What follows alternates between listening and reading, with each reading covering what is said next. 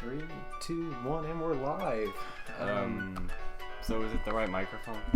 Yeah, we're Just rocking right out off- the right off. blue snowball. You know, it's actually weird that it's called a blue snowball. Because it's not blue. It's not blue.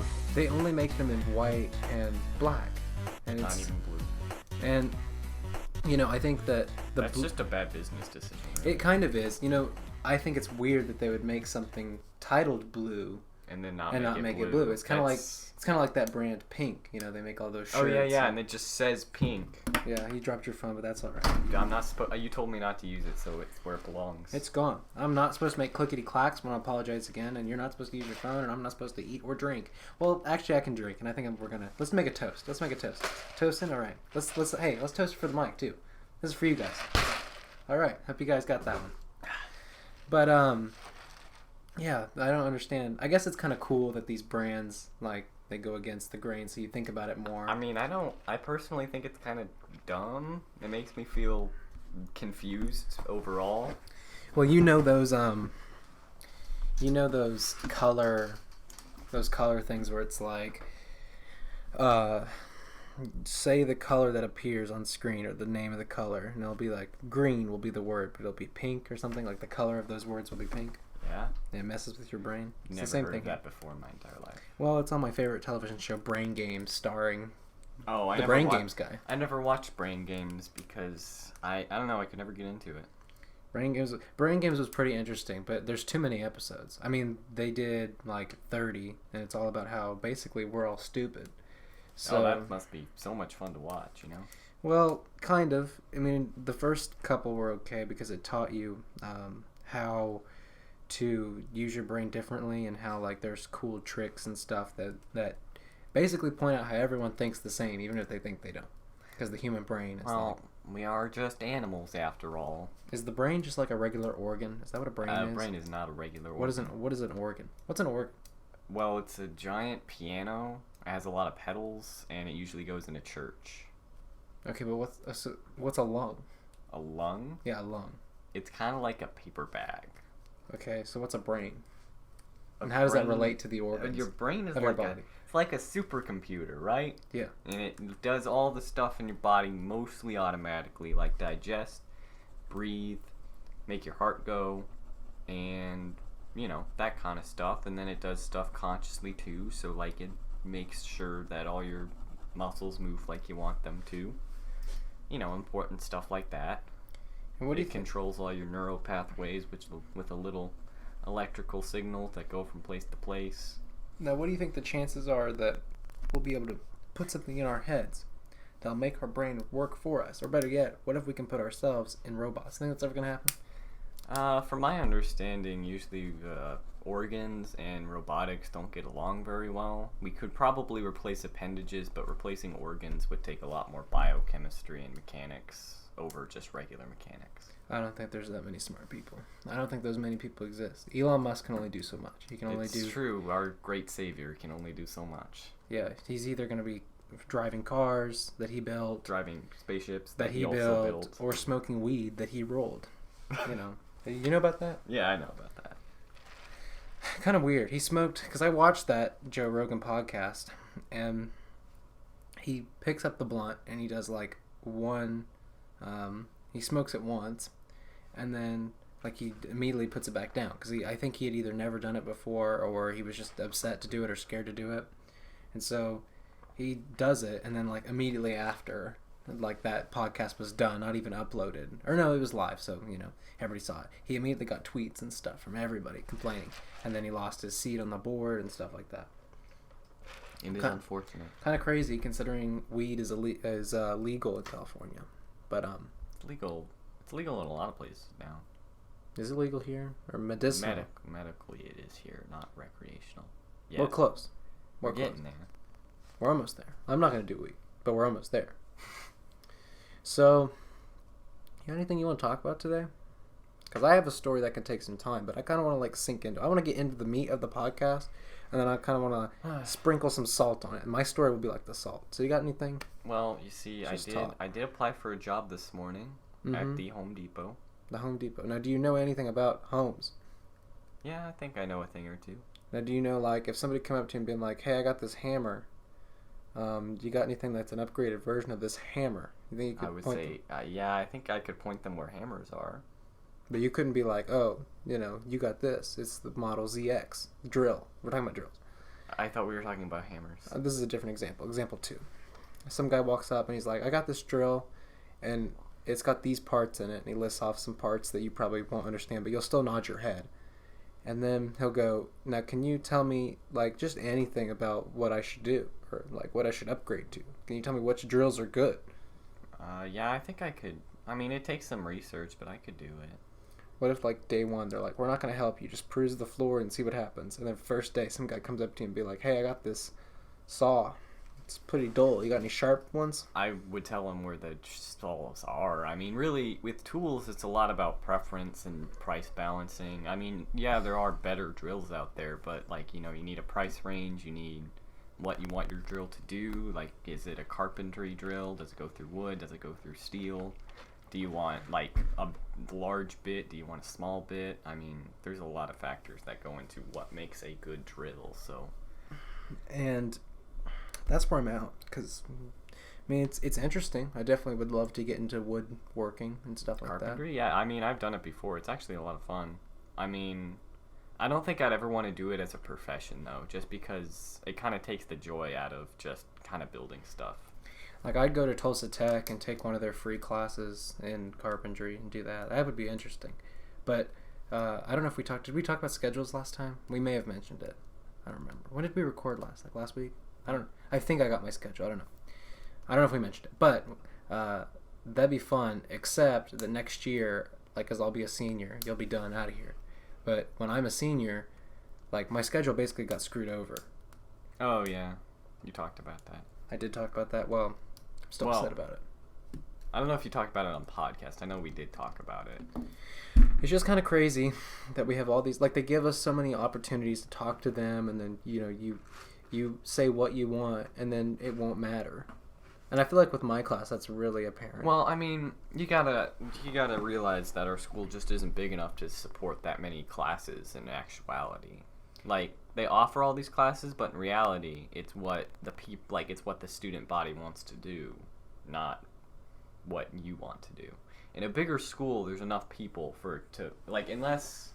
unless nobody, and I mean nobody, wanted to do the same class as you, it would almost always make it. And that's why, like, the schedules are more customized in bigger schools, and it'll be that way in college. So in college, it'll be perfect for you because every single class you want to take, it'll be available.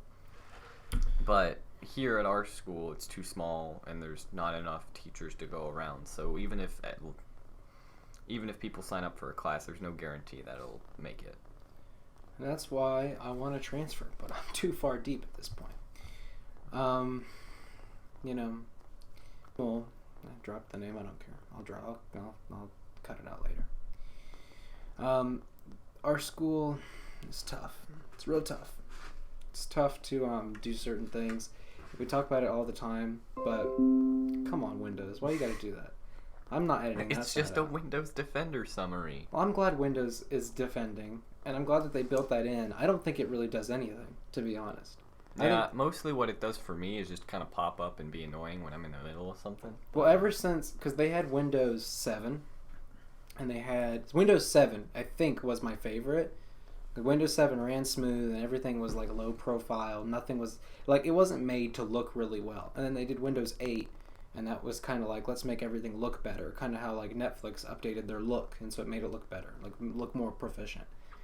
And then they did, Windows 8 was, like, where this whole thing started with this, like, notification problem. And then in Windows 10, it's insane.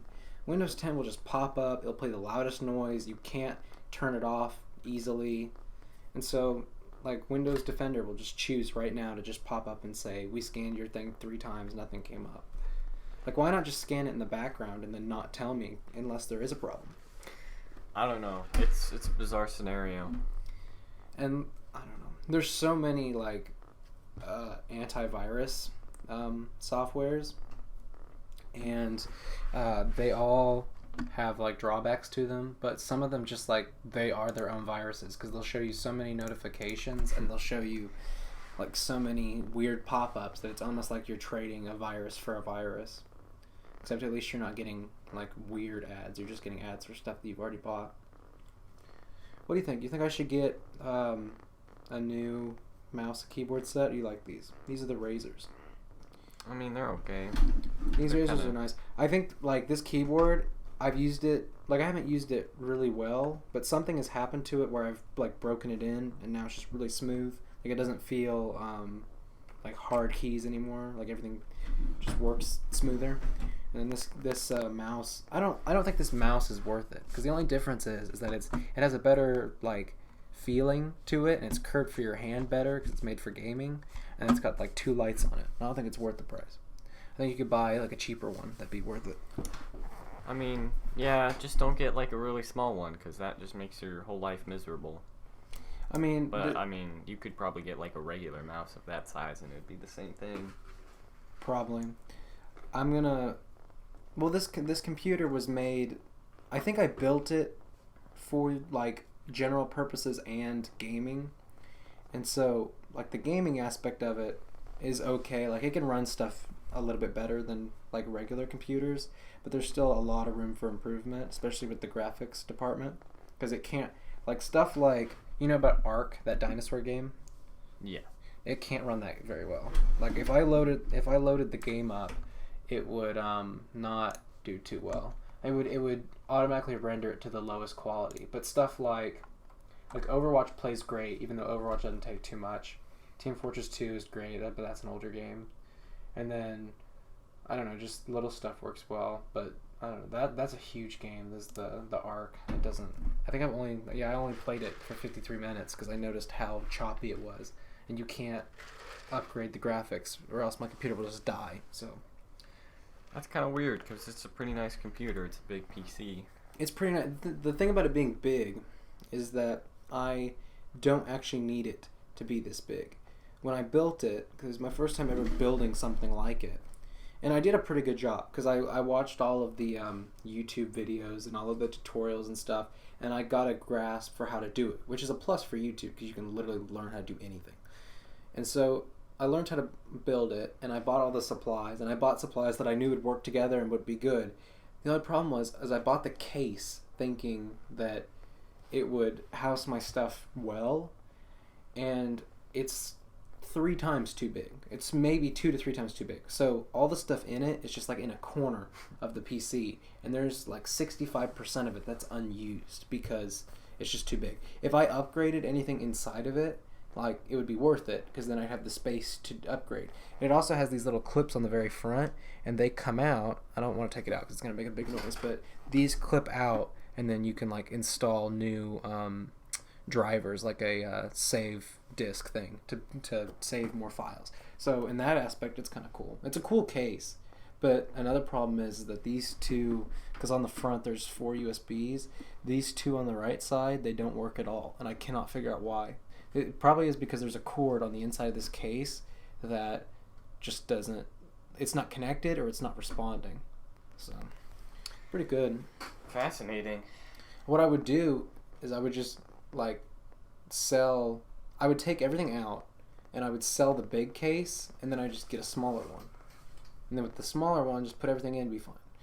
And then the reason I brought up the keyboard and mouse is because I'm not gonna sell them. I'll keep them in case I ever build another PC or something. But I want to buy Bluetooth stuff, I think. I don't know about that. I want to make this PC mobile so I can take it more places. But in order to do that, I have to shorten the case, make it smaller. Then I have to install a Wi-Fi router so it can not be connected to the Ethernet cable. And then I have to put in a Bluetooth thing so I can have Bluetooth on it. But after that, it'd be just as good as like a regular PC. We talked about Mac's PC, right? I think we did. Yeah, it's a pretty good one, I think. No, I talked about it with I think I talked about it with Cam and Drexel, but that made me like think more about this computer, and it's great. I just wish it could do a little bit more. Just like how I've been upgrading this whole room, like the whole podcast office has just been looking better and better ever since we got that mini fridge in the corner. It's true. There's a mini fridge now. There's a mini fridge. There's snacks. Imagine if you walked in here one day and there was just like a full snack bar. Like this whole wall is just like snacks. It would be.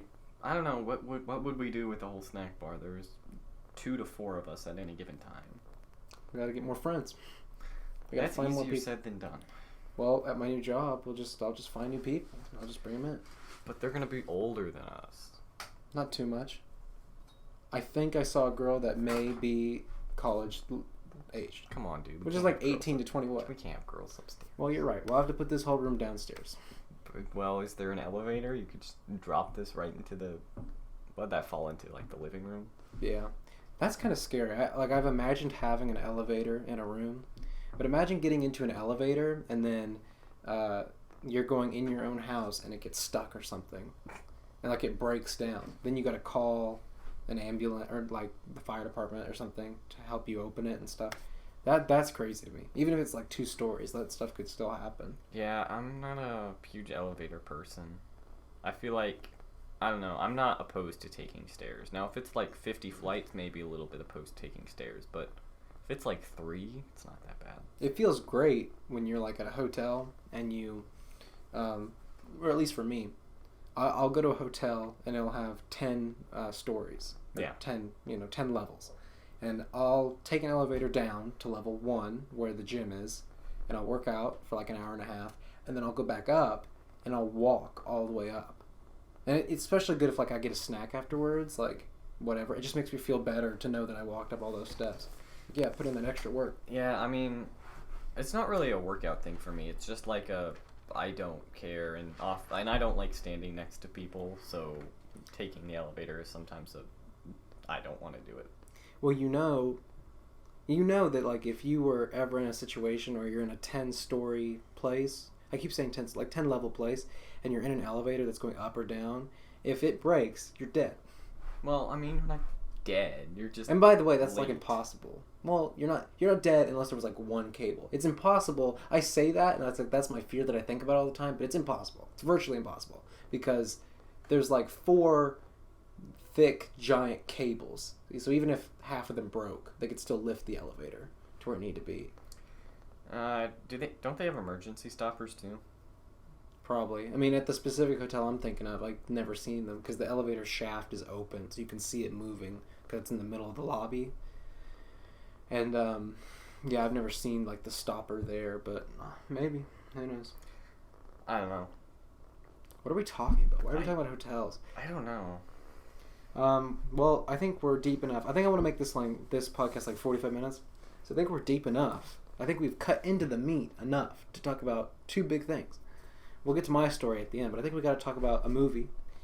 And we finally said we were going to watch one of them, To the Bone, or whatever it's called, To the Bone. The Theory of Everything? No, what's the other one about the skinny girl called? The one about To the Bone. That's what it's called. Anyway. To the Bone, or The Theory of Everything. Now we chose Theory of Everything because we had snacks, and that just didn't feel appropriate if we watched To the Bone while eating food. It's kind of weird. I wouldn't know that. I haven't seen it. Well, I've seen about 2/4 of it, so half. And so we started watching Theory of Everything, and I mean, do you want to say your thoughts first, or should I? Or I mean, it was a good-ish movie. My main problem with it is, as you're probably going to mention more in depth than I am, the sound. Mm-hmm. The sound was not that great. It was hilarious. It made the... Like, it's a serious movie about a man's life, and it's so hard to take seriously because the music is just so loud. Yeah, the thing about The Theory of Everything, and there's different I'm clicking and clacking, and I'm not going to apologize this time because I'm pulling up something. And so we're looking at The Theory of Everything right now. And first of all, I want to say it has a 79% on Rotten Tomatoes. Now, that's okay. You know, Rotten Tomatoes can be harsh sometimes, so like you got to take that kind of with a grain of salt. And you got to take everything with a grain of salt because it could just be, you know, a critic's thing. You could still like it. Like how I love Valerian, but it has like a 42%. But anyway, so The Theory of Everything stars Eddie Redmayne, who is what's his name from Harry Potter, the new Harry Potter series.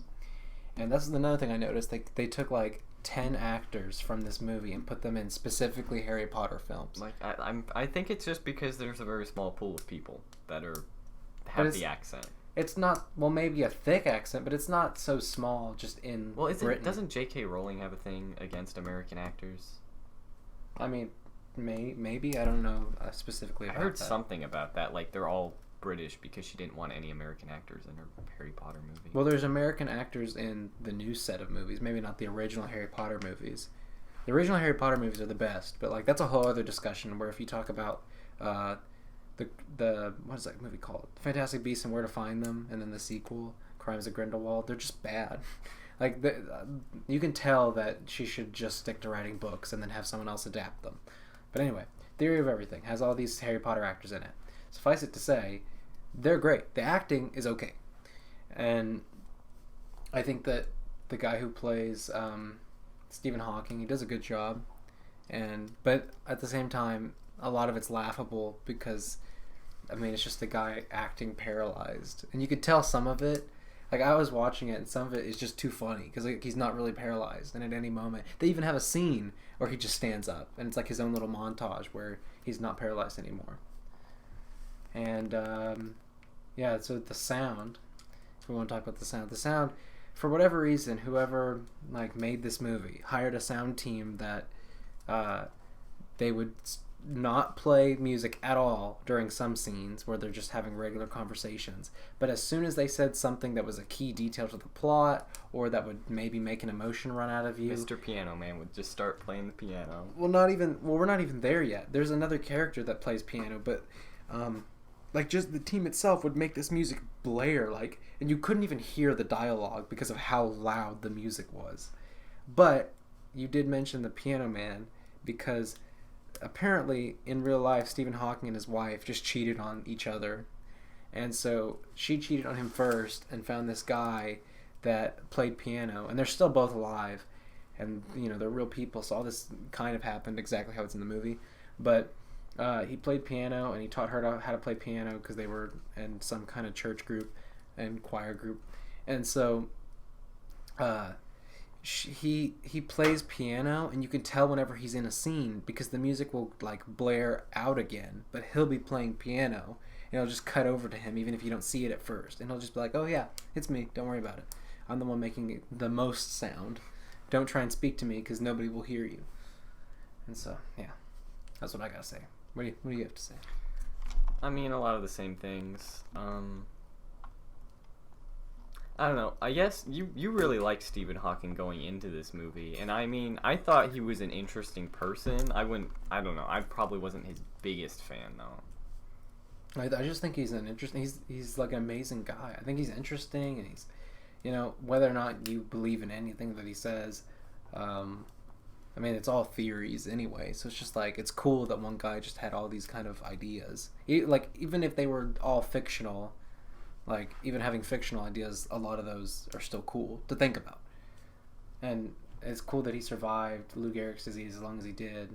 And he had the coolest wheelchair of all time. I mean, he did have the coolest wheelchair that ever did anything wheelchair-like. I mean, the movie really makes you want to see the wheelchair. Because it starts out, and it's weird how it starts, because it starts out like he already has the disease, but he doesn't know it. So the movie starts with his shaking hand and on frame. And then you just see throughout the movie, or like in the first 10 minutes, he gets like all of his paralysis. Which I don't know how I felt about that personally, because the way this movie was presented to me was that it was, you know, Stephen Hawking before he was himself, before he was a scientist, before he had this disease. And I don't know, I was kind of disappointed because it really does start with him in college trying to get his, what is it, doctorate? Yeah, master's, he gets it. Yeah, his doctorate. And so that's where the movie starts, and then like 10 minutes in you find out, oh man, he's got this disease, but everybody already knows that. I don't know. It was just, there's a lot of information that, yeah, there's a lot of personal information I'm sure lots of people knew, but like, there was new information, like his family life, but I feel like there was no information about his early life before he was himself, which I found kind of disappointing. Well, the luck of this movie, like, being produced is just unlucky because it was made in 2013, I think, and 6 years later the man dies, or 5 years later the man dies. So if they would have just waited a couple more years, we could have got the full story of Stephen Hawking, and the only reason they kept it was because they didn't know if he was going to die or not. So they just made the movie then. It's like, whatever, he may die tomorrow. But the thing about it is that they told the story, and the reason there's so many weird parts where it's like he gets all of his process at once is because the movie time jumps, and they don't tell you, which is kind of nice because you don't have to see like 5 years later just on screen. It doesn't like take up the screen, but it also like they don't describe it well enough to where you're like, oh, this is the future, because none of the actors ever look different, even if like true. Like the wife has 3 kids and she always looks the same. Like she's like the only thing that ever changed is at the beginning of the movie she has one haircut, and then at the end of the movie she has a different one. That's literally the only difference. Yeah, I mean, it's just kind of weird, but all of the actors look the same, so you only get time jump details from specific characters or from dialogue, but they don't use it well enough to know. I mean, it's an interesting idea to do time jumps like that, but like you said, they just didn't do it well enough. I mean that kind of stuff's not unheard of. It's just it wasn't like well done. And besides that, the story was good. I feel like they picked weird parts of his life to tell. There was such a big part, like I guess the whole story was about him and the wife, but it was just so weird that they focused so much on like specific details, like how she met the music player, and then they like fell in love against Stephen Hawking, and then Stephen Hawking goes off and he like almost dies and that kind of thing. I don't know, just weird parts to tell. And also they only stopped as far as like the 80s in his life, because he got paralysis in 65, something like that. And then the movie stops around 1980, but it would have been cool to see like how his chair evolved, because really what I'm interested in is the chair. The chair is the best character in the whole movie, because you see, and that's what I was saying earlier, is that you see his like paralysis start up suddenly, and he falls, and then they tell him he has Lou Gehrig's disease, and all of a sudden he's paralyzed, and so he gets this wheelchair that someone has to push around. And you're like anticipating it, like when is the chair gonna be there? When's the little screen that says all of his words gonna be there?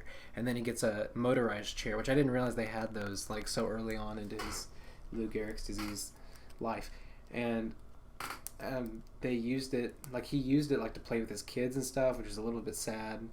And and then eventually he got his like speech device, which he used with a clicker. And then eventually he lost, like this is after the movie ends.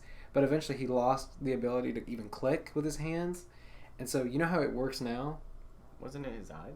No, it's a muscle in his cheek that lets him do. I don't know how he selects the letters, but it's a muscle in his cheek that moves on that screen, and it chooses all the letters, and he can do it relatively fast. So that's kind of weird. That's why like this picture that we're looking at, it's right there. It's right on his cheek, because his head will always stay like this. And then, there you go. But yeah, it's weird. And there's a weird scene in the movie too where he's climbing the stairs with his back, like he's throwing his back against each stair, and then he gets up there and there's a baby gate and he can't get up the stairs. It's pretty sad. And his child's there. If that child would have started crying, I would have that would have been it. Like, I don't know. Weird scene, sad scene. I don't know. I feel like I'm the only person in this town that loves Stephen Hawking, but that's okay. He was kind of cool. But yeah, that's the theory of everything. It's not too memorable. It's not like a great movie to write home about. It's just there. It's okay. Definitely. I might see it again, but it's just okay. So far, we don't have a great track record. We watched Mowgli, which is like not very good at all. And then Theory of Everything, which is like okay. But now we need to watch something better. So do we think To the Bone is going to be better than these two? I mean, I don't know. You're the one who's seen 2/4 of it. Because I'll make a podcast. Well, I don't remember it. That was like 2 years ago. I'll make a podcast list right now, and I will start rating them because I want an outlier that we can say, oh yeah, this was the best movie we've done. So like in last place you have Mowgli, and right now in first place you have Theory of Everything. The most average movie ever, first place. Not bad. Well, it is until we watch something else. I think that we need to watch To the Bone, and we need to watch. I don't remember. I don't know. We need to pick something else too. We have to find something on Netflix. There's all the. I mean, you've already seen Terminator and Matrix and that stuff. I have not seen Matrix. We should watch The Matrix. The Matrix would beat out both these movies, probably. Probably. Well, it depends on which one you watch. I hear the second one's pretty rough around the edges. I just gotta watch the first one. Watch Pirates of the Caribbean. Never seen it. I've seen it. It's great. All of them? I haven't seen all of them. I've seen the first one. I've seen the last one. Has anyone seen all of them? I don't know. How many are there? There's like 12, right? It's like an infinite amount of Pirates movies. They just keep making them. They said that the last one might be the last one, and then they had a end credit scene. Do you know they're re-releasing Avengers Endgame? Yes, and giving us extra bonus scenes. Yeah. I don't know. Can you imagine if they actually put in that scene where Thor fights himself? Because that's a thing that got cut. Why would Thor fight himself? Because they went back in time. Oh, yeah, okay. They cut that part out of the movie, and I think they filmed it, and they cut it out of the movie, and then they have it. They're probably going to put it on the DVD, but what if they put it at the end of the movie? I don't know. It's kind of weird for me, because, like, what do you make of that? Like, do you go see the movie again? I might go see it again. I mean, it's just an interesting thing that they've done, because I don't think this has ever been done before, has it? No, they've definitely re-released movies or extended them. It's not like they're re-releasing it. It's more, well, unless it's only counts as like a re-release if they do it like 2 months after it stops running. But like right now, you go see the movie like at regular theaters like Cinemark. God rest its soul, we didn't get our jobs. Dang, but that's tough. You can see the movie in regular theaters, so that means that the run's not over. The run's only over when it's like at third-party places. So if they're re-releasing it, and it's like next week they're re-releasing it, then that means that they just keep it going until like September or something, which is kind of crazy to think that this movie is going to go from April to September. Especially saying, I feel like a lot of people saw it within the first few days it was out. I saw it. I mean, there's a difference between when I saw it the first time and the second time. Like, first time it was packed, people were hyped. There was like, we had one of those crowds that were pretty excited when things happened. Second time we saw it, then not the same thing. Second time. Second time we saw it, somebody yelled at us. Remember that? You sure that wasn't your second time? Oh, maybe it was your third. How many times did you see the movie? I saw it twice. You went with us. You went with me and Drexel, and then that guy yelled at Drexel. Remember that? Oh, yeah. And so, anyway, but Much that house was packed, but it just like they were all just not into it as much as the first crowd. But I wonder how many people will actually go back. I kind of want to go back. And the only reason I want to go back is because I want to see the extra scenes. Well, I don't know if I want to sit through 3 hours to see like 2 extra 4-minute scenes, but I would definitely go see the extra scenes. And I would want to go see it again if it also means they're going to push the DVD back. Because the way the movie should work is that the DVD should come out in September if the run were to end. But if they're extending it, it could run into August and then they don't drop the DVD till like December. Yeah, it'd make it for a good Christmas sale, I think. But, I don't know. For me, if they are releasing extra stuff, I'd rather just see it when it comes out on DVD. Because, I mean, 3 hours to, like... There's a difference between watching it in the theater and watching it at home. And at home, it's more leisurely. But I feel like when you go to the theater, it's more of a pull-yourself-together event, you know? Yeah, kind of. I don't like watching movies at the house. I feel like it's a bigger deal if you just go see them in theaters. I mean, it's a bigger deal, but, I mean, I prefer to watch them at my house, because at my house, it's not a big deal. I could not pay attention to it. I could kind of do other things while I'm there. I don't have to have, like, other things, like food. Well, I have a deal, I don't know, sitting and just looking at a screen, which is dumb, because that's what I do most of the time anyway, through, like, YouTube and stuff like that. But I feel like a movie deserves, like, more respect than that. And I feel like I don't do that if I'm just watching them at home, and I don't like that. I'd rather like do the whole experience. Well, for me, it depends on the movie. For a movie like Endgame, yeah, it deserves to go be seen in the theater. And also movies like Godzilla, not because they're like super good, but because it's the big screen experience. We should have saw it in IMAX. Did we talk about Godzilla? No. Godzilla was pretty good. But we should have saw it in IMAX because I don't know why they added random monsters instead of getting ones from the already established. Because like people like me won't be able to tell the difference anyway. Yeah, but people like me would appreciate it a lot, and if you can't tell the difference, so what do you care? Well, because it just may cost more money to get the like rights to everything. I mean, I guess, but to me it would be worth the effort, and it would also build the universe more because there'd be more canon monsters. I guess, but I think the franchise is a throwaway anyway because I don't think they care so much because they know that the next one's gonna be the last one no matter what they do. So, like, they just make their money and get out. And they're still going to make the money. They're still going to make the money because all the people like you are going to go see it anyway because monsters are in it. But what they should have done is had more of a... they should have done more marketing towards seeing it in IMAX because I feel like I would rather, like, if I could go back and see it for the first time again, I'd rather see it in IMAX. Because that would have been so cool. Yeah, it would have been pretty cool. Because it would have been you and like 50 people instead of you and 100, and it's like this close. It's like so close to the screen, so you could just look right at, and it's a huge screen, so monsters would have looked cool. The lights would have been cooler, except you would have been blinded because there's so many bright lights in that movie. There are, but that's just a monster movie thing. There's no way around that. You know, I saw Avengers Endgame 4 times in 2 weeks. Mm-hmm. That's crazy. That's a lot of times. Like, after the 4th time, I kind of just, like, felt ill. Like, you know how if you, like, listen to a song too many times, you just, like, the second you hear it, you're just out? Yeah. That's how I feel about Endgame now. Like, I've seen it so many times that even seeing Endgame stuff, like, seeing a picture of Professor Hulk makes me a little ill. Because I'm like, oh, I can't do it again. I just can't. I want to do it for the extra scenes, but only if the DVD's not going to drop for a long time. Because if the DVD were to drop in 2 months, then I would wait because I don't care. I'd rather be able to just own it. Because I'm going to own it because that's like a movie that you should just own, is Avengers Endgame. But, yeah, I don't know. I'm still waiting for the Marvel Cinematic Universe box set. With all of them? The $200? Yeah, well, I feel like it might not be more than $200. But... Well, there already is one. There's those kind of DVDs, and they exist in 3 box sets, like the Phases box sets is what they're called. I thought those were a fan-made thing. Well, they're selling it on Amazon as an official thing. I think it's official. It's not like, I don't know, Amazon's got Etsy, so you could just make anything and put it up there. But,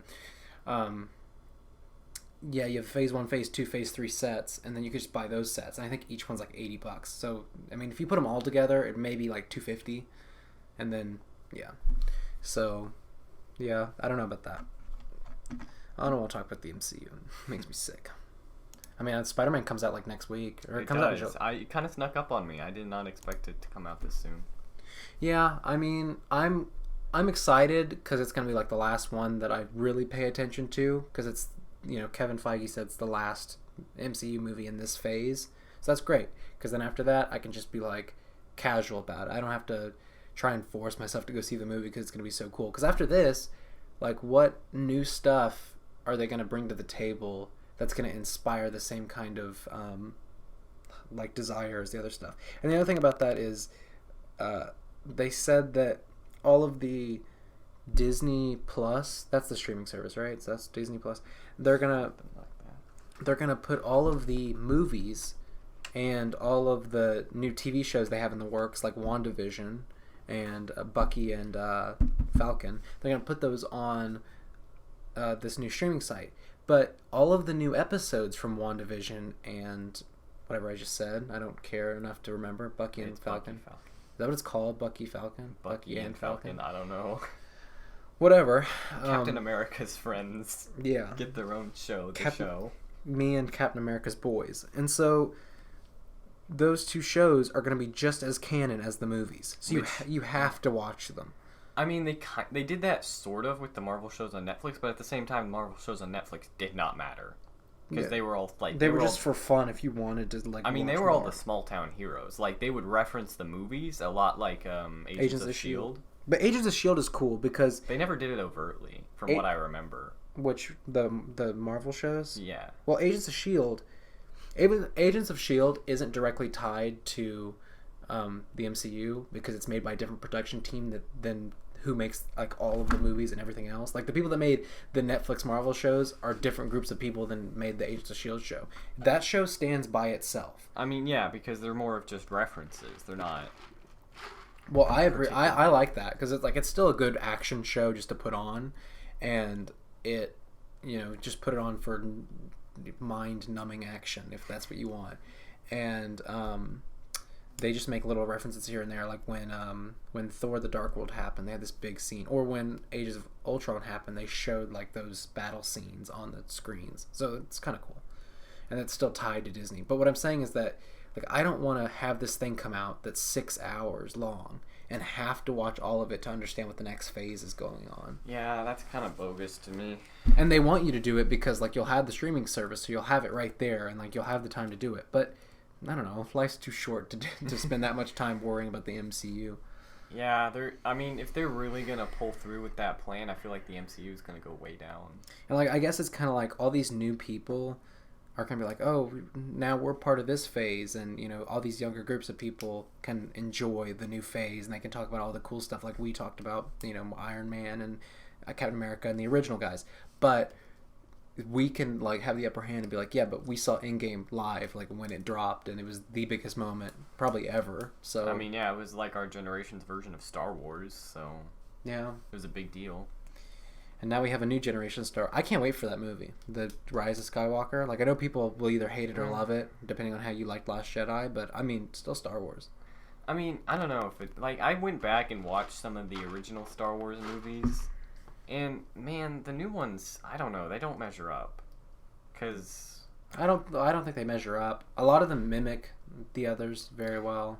Well, they mimic them poorly, in my opinion. Like they hit all the same points, but they just do it so blockbuster. Like I don't know, it just the whole thing is just. It's just made. I mean, it's just made for a different audience. Like if you're used to watching the older ones, then you can be tied into the same crowd as the people that grew up with the older ones. So all of your vision is tied to those older ones. So seeing the newer ones, which are like exclusively made for, like it's marketed as everyone's Star Wars, because like the old fans can go watch it and feel new hope, pun intended, and the younger fans can see it and enjoy Star Wars for the first time. But really, like if you watch it, it's more so towards the younger crowds. I mean, it's definitely for the younger crowds, but I mean, it feels wrong almost, because to me it almost doesn't feel like Star Wars, because Star Wars had a lot.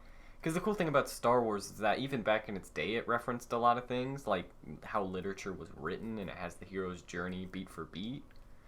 But I don't know, it doesn't. The newer Star Warses don't have those things, and they don't. It's just not the same to me. It's good in its own right. I feel like if they called it something completely different that's not Star Wars, it would have. I don't know. In my eyes, it would have been better, because then I wouldn't compare it to Star Wars. Well, I think that because to me, it's just a poor version of Star Wars. I don't know. The Last Jedi. I mean, no. The Force Awakens, I think, is a good movie, and I think it stands as a Star Wars movie, and it just is a little bit different. I mean, a lot of it different, however you want to look at it. It has a lot of the same tropes as all the other Star Wars movies, especially A New Hope, and that was a complaint about it, is that it like followed that path of the new character beat for beat, but I think that is a good movie just on its own, and I think it can match up for Star Wars. I can't say the same thing for Last Jedi. I think it was a good movie, but it wasn't a really good Star Wars movie. Well, see, that's my argument. Is like, if it wasn't called Star Wars, it'd be a great movie. If people weren't trying to compare it to what Star Wars was, I mean, I don't know. Well, I don't. Not to mention, the original Star Wars wrapped up really well. Like, it didn't feel like there was a lot of questions hanging in the air, loose ends to tie up. I don't know. I really wish they would have left those original 6 alone and started Star Wars off completely new without referencing anything else. Well, that's kind of where Last Jedi faltered, because they kind of started to do that in Force Awakens when JJ directed it, and they only had the tie into Luke at the very end, and they did have Leia in it. They could have recast and done something else differently anyway, but they had the main things were Leia, R2, and C-3PO. Well, C-3PO I think you could have that on its own anyway. C-3PO is a great character. You could, but I'm saying you could still have him. He could be the tie-in alone without R2. Well, I mean, fun fact: those 2 droids are the only ones that are in every single movie. Well, I'm just saying that like C-3PO is like the mouthpiece of the film. I guess I should say every mainstay movie, because now they have spin-offs, which are kind of weird. Well, I don't know. Han Solo's a good movie. That's a hot take, because a lot of people don't like Solo. But I did, because it was like it gave some background to who Han Solo was before he became a rebel, and it was. Well, but the arguments that you make against, and I'm saying this like there's 2 things. The first thing is like you mentioned that there's a difference between like new and old Star Wars and that kind of thing, and like I guess I don't care that much about the whole thing, because I'm just like, well, it's Star Wars, Star Wars. I'm not gonna like complain because this Star Wars didn't match up to this Star Wars, because at the end of the day, if these human beings that made this movie put it under the umbrella of Star Wars, then you just judge it based on is it a good movie and does it portray like the brand well enough? And the only one I can say that doesn't do that is Last Jedi, because Last Jedi kind of uses materials and they waste them because the director for that movie is used to, like, it's weird because the director of that movie is used to doing faster paced things, but he made it all slow because it's a slow ship chase. And it's just weird how he did it. Another problem I have with Last Jedi is that I feel like he was gonna like. The biggest upset to me was the end of it, because I felt like it was gonna change so much. Because there was that scene where like Kylo Ren was like, "Dude, screw the good side, the dark side, whatever. It's just the Force." And I was like, "Oh, that's really progressive and neat." But then they just threw that out the window and was like, "No, they're still good guys and bad guys. There's no perspective." Well, yeah, and there kind of is this. Well, that is the problem with the fact that it's two different directors for both movies. Because I don't know why, I can't remember why right now JJ didn't do the other one. He executive produced Last Jedi, but he wasn't involved directly, and so I can't remember why that is. But I do know that if JJ would have done all three, JJ Abrams would have done all three. It would have been fine, and it would have been it would have been a better story. I feel like it would have connected better. Right, but that's what I'm saying. That's the main problem, because this new guy came in and he either didn't like some of the stuff from Force Awakens, or he wanted to do his own take, which is fine because you can do that as a director. Only problem is that he didn't do a good job, like in terms of the audience that had just seen the last movie. So he made all these changes, and when JJ got back his director role, he was like, "I hate some of this stuff." And you can see it in the trailer. He references stuff that people hated, including himself, from The Last Jedi, and he just like reworked it. He was like, "Yeah, whatever, forget about it." Because even he realizes that it was kind of dumb based on what he put in the first movie. So it's crippling for that set of three movies because of that middle one, because it was directed by someone else. And Game of Thrones, there's two guys, the two Dans, I think there's their name, or the two Dons, or something like that, and they're friends, and they did all the Game of Thrones stuff, and people were upset about how Game of Thrones ended because you could tell it was rushed because they had just gotten these deals for Star Wars movies, and those two guys are doing another set of 3 Star Wars movies, and those movies are going to be completely different than what we did. And that's kind of what I'm looking forward to, is the completely different, not in any way connected. I mean, I think that's just personal preference. Because Star Wars, it's not necessarily a story about people. I mean, really, the setting of Star Wars is big enough for there to be a lot of characters. Like, I mean, you can do anything you want, and I think that because Star Wars is just space. I mean, as long as you like reference Jedi and have bounty hunters, I mean, it's Star Wars. I mean, you also have to think that, Disney spent a lot of money to get the rights to Star Wars, and they knew they could make money off of it, but they also knew that they already had everything they needed to keep making the movies, because they already had all the aspects that George Lucas had already made from the original Star Wars movies. So they were taking a big gamble by buying it, because they had to make sure they could immediately put something out that was good. So in their minds, they knew people would come back to the theaters if they kept mentioning the original characters, and then they had a new spin on it. And they did that, and I think they did it well with Force Awakens. And it's a money thing too, where they made the money back and then some, because they did a really good job making Force Awakens. Yeah, I mean, I don't know. And so, but now you can have those movies that are far away from that section of Star Wars, because they have proven that Star Wars is still a good brand. They can make the money off of it. They don't need these characters, because people are still going, even to the worser quality movies, such as Rogue One and, Solo. I mean, yeah, that's fair. But, like, I don't know. For me, it was like, it makes more sense for instead of, like I said, I would have preferred a reboot entirely. So instead of having Star Wars 7, I would have preferred Star Wars, like, The Force Awakens just as a standalone. With different casts and everything? Yeah, I mean, well, then we wouldn't have got... it's still Star Wars. They could have referenced old characters, but they shouldn't have been an integral part of the story. At least to me, because now, instead of Luke fulfilling his mission of becoming a Jedi teacher, it's like, oh, he messed up. So now now it undoes all the stuff he did in the 6th movie, which kind of ruins it. I'm going to look this up, so you're going to hear some clicks, but I want to look up, why did J.J. Abrams leave Star Wars? I just think this will be interesting.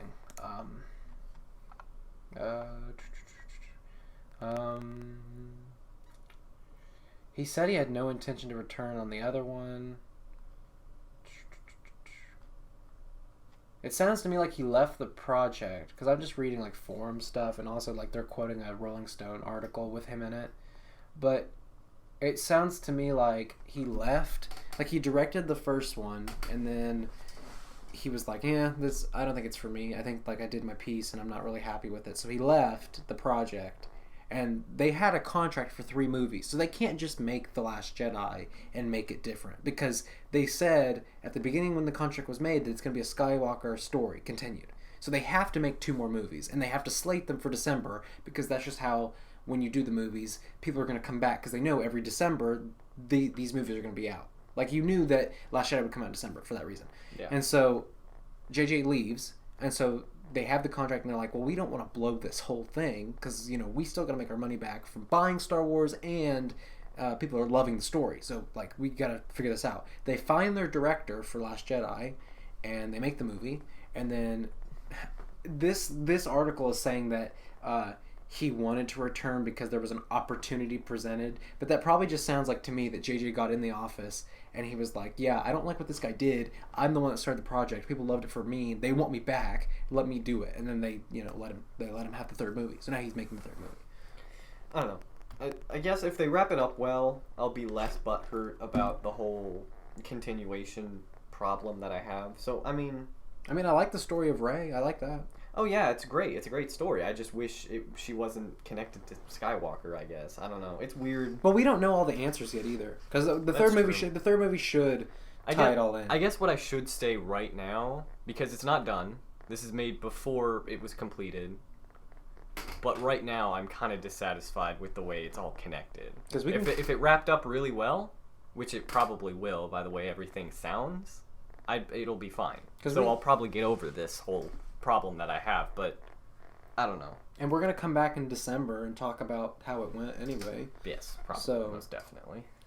So I mean, I don't know. I think it'll go great. I think that the 3rd movie, because it's directed by the same guy who did the first one, it should wrap up. The only problem will be that anything that you learned in Last Jedi has the possibility of being completely thrown out, except for stuff that he can't change, like the death of Luke. He can't change it, so you know, he'll just have to work with it, which means that he'll probably have Luke as a Force ghost, and that's how they'll do that. Maybe.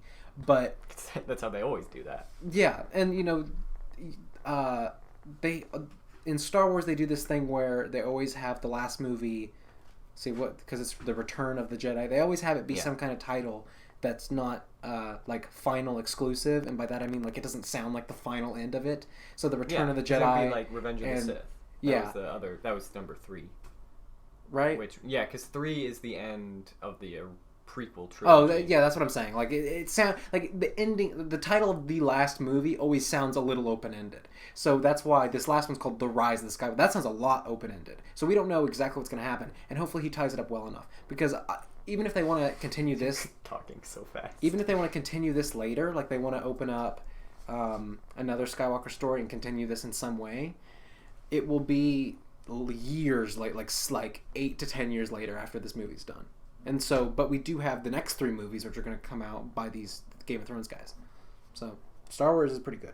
Now we're past the 45-minute mark, and I want to stop there, but I got to tell my story. I just have to. We're almost to an hour, so this might take 7 minutes. All right. Talk fast. I've already been doing that. It's true. So can we do a Clinkies real quick? Can we just I got one for you guys? All right. I'm almost out, man. Me too. Let's go back. Let's stop the podcast. No, let's go to the refrigerator. We do have a new mini fridge. Big shout outs to the mini fridge. Shout outs to the. Should I have a name? I don't want to tell. Well, we can name it, but I don't want to tell you this. But I do want to tell you this. That mini fridge, it had a lot of like dirt and mold in it. I would have it no other way. I really had to disinfect it to get it cleaned. Yeah, I mean, it's clean now. Don't get me wrong, it's clean. You can use it now, but anyway. So my story. Okay, so we're still talking about jobs, and as you know, we both didn't get the Cinemark spots. Rip. And I've been like really job hunting. I've sent so many applications and just done my best work, and you know, I've been just doing left and right, you know, fill this out, send it in, see if they respond, see if you get an interview. But most of the time, none of that stuff happens. They never really respond, or they give me a rejection letter. Shout out to my library. I don't understand that one. But you can't tell right now, but he's actually tearing up. Anyway. I'm actually crying. No, my chest hurts. Anyway, so this story now continues with the addition of the, I don't want to say the place because now I'm like actually going to work there, so I don't want to like just drop the name like that. But I got a restaurant one and I got it back, and it was like, hey, come in for an interview. So this is a day later after I sent the application, which is ironically the simplest application I've ever sent, because all it said was put your name, put your resume, send it. So that's what I did. And then the next day, just like Cinemark, another ironic twist, they go, hey, come in and we'll do your interview like tomorrow. And I was like, okay, cool. So I go in the next... Weren't you in the restaurant when you got that call? Oh yeah, I forgot to mention that. So I was in, so I get this, yeah, it's a day later, and I go out to lunch, and, you know, of course I picked the same restaurant, and I'm eating there, and walking in, I see the GM, the general manager, and like I can tell who he is, because you can kind of get that vibe whenever you see a manager. And so I know he's the manager, and I go sit down, and he's at the host desk, and I don't see him pick up a phone, but I know it's him because I heard his voice walking in. So I pick up my phone, and he's like, hey, this is us. Do you still want to do that interview? And I was like, yeah, I'm actually in the restaurant. And he goes, haha, oh, that's cool. So he didn't even mention it. He didn't think it was cool, whatever. But suffice it to say, we talked, and he was like, yeah, come in tomorrow at 2:30. And I was like, great. Hung up the phone, finished my food, left. Then the next day, I come in early, and I go up to the desk, and I'm like, hey, I'm here for an interview with this guy. And they go, this guy's not here. And I'm like, really? That's strange. Did I just get hoodwinked?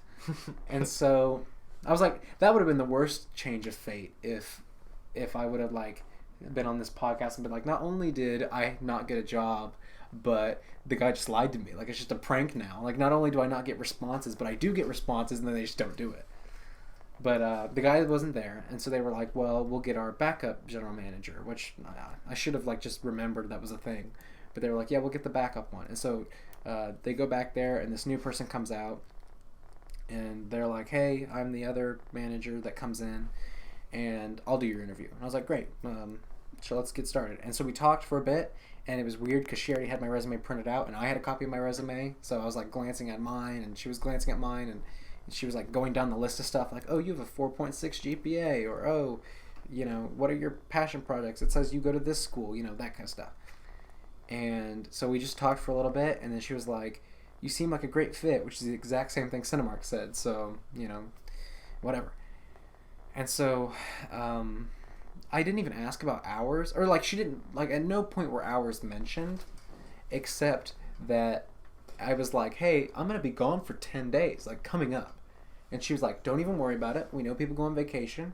Just you put what days you want to, like what days you can be scheduled and what days you can't be. So if you're on vacation, you write something on the calendar, and then we can't schedule you for those days. I was like, it's that simple. And she was like, you know, this is such a like cool environment, and we're all like really close here, and it's just like, it is the busiest location of this type in, you know, where you live, and you just kind of have to be aware of that. But otherwise, you know, we're all just like chill here, and we just want to get our work done. And you know, I started out as a host, which is the position I applied for, and now I'm the general manager, so you can do it too, and you know, it'll be all good. I was like, okay, that's cool. And she was like, did you fill out this online thing? Which I had gotten the online paper that she was talking about the day before I came in for the interview, and I hadn't filled it out because it was saying that after you filled it out, that's how they would know to contact you for the interview. So I thought that I got it like too late or something, like I was already one step ahead of that. But she was like, no, you have to fill that out before we can actually like finish the interview and say you're good to go. I was like, okay, then that's what I'll do. And she goes, you know, I pretty much already want to give you the green light to go ahead and do this, but I do want you to go ahead and come back in for the original guy, and you can call me and schedule that in if you're going to be here in town like that weekend or not. But I just want to go ahead and schedule that in. You talk to him, who's the, you know, the main general manager, and you fill that online stuff, and then if it goes well with him, you're good to go. Because I'm already gonna tell him I think you're good. And I was like, that's great. So basically, I already made a good impression on one GM, and I just got to talk to the other guy, and I'll be good to go. And I filled out the online form, and I called that backup manager today, and I said, can I do the interview? And she said, yeah, let's do it tomorrow at 2. And great. So now I'll go in for tomorrow at 2, just talk to him for a bit. He'll go over the same stuff that she did, and then that'll be it. I'll have a job. Yeah, it sounds like a great plan you got there. I still don't have a job. I'm unemployed and I'm sad. I'll help you out, man. I'll smuggle food for you. I get a great discount at where I'm going, so like, I'll just put food. I wonder, like, under what circumstance I could actually go visit. Like my place. Yeah, just like, bombard. Just walk in there. I mean, I wouldn't enjoy it. Oh no, I'd be like, do you have a Jackson Bush? And they'd be like, oh yeah, he's on ship. You realize that like, the host stand is right in front of the doors, so you'd walk in. I'd be there. Yeah, and I'd stare you down. You'd be like, can I get a table like from like, as far away as the servers as possible? And I'd be like, great, you're one of those people. Can I get a table in the corner with the window? What would you do if like you never met my coworkers and I became friends with one of them and I was like, yeah, they're gonna be on the podcast like next week? Yeah, that'd be tough. That would be weird. I don't know. It would be really weird. But that was the other thing I was gonna mention is that the person said, what do you do like on your free time? And I said, well, I have a couple passion projects. I'm trying to write a book. I'm working on making like some kind of music. And she's like, really, music? We have 3 people here that are producing music. And then the first thing I thought of was SoundCloud, and I didn't want to say anything, but I was like, yeah, producing music. And then I say, dude, what if you found out you worked with like famous people, like Bruno Mars is just casually chilling, or like what if in your rib, and you're like, how did I never know? Come on, dude, I gotta cut that out. Well, yeah, you have to cut that out. But like, we're at an hour to one. I gotta cut that out. Gosh darn it, Lucas. Yeah. Gosh darn it, Lucas. I didn't want to edit anything except I mentioned the school's name. Now I gotta cut that out. Gosh darn it. Gosh. Anyway, but it would ruin the funniness of that factor, though. What if I walked in there and it was like the guy's making the food and it's DJ Khaled's son. He's just like, I'm DJ Khaled's son. Nice to meet you. Yeah. Anyway. That'd be wild. So I think that's about it. We're about an hour. We're about 15 minutes later than what I thought, but we told some great stories today. We talked about the theory of everything. We talked about MCU. We talked about my new job. Star Wars extensively. I did not expect that to happen. The thing about hosting is that it will probably go really well because it's a pretty easy job in terms of restaurant stuff. Because all you do is you learn all the tables, and then you find out what servers are where. So what 5 tables do they cover? And then you're like, oh, someone walks in. This person has 3 tables right now. This person has 2. This person has 1. Let's give it to the person that has 1 so we can balance it all out. That sounds easy to me, but I don't know. I've done it yet. Who knows? Suffice it to say, I may be fired. I don't know. I hope not. Anyway, thank you guys for listening. Once again, shout outs to the 10th subscriber. Just every week we're gonna mention the 10th subscriber. Well, until we have more. Until they unsubscribe, please don't. Anyway, yeah. You got anything else? No, I'm good. All right. See you guys next time. See you later. Bye.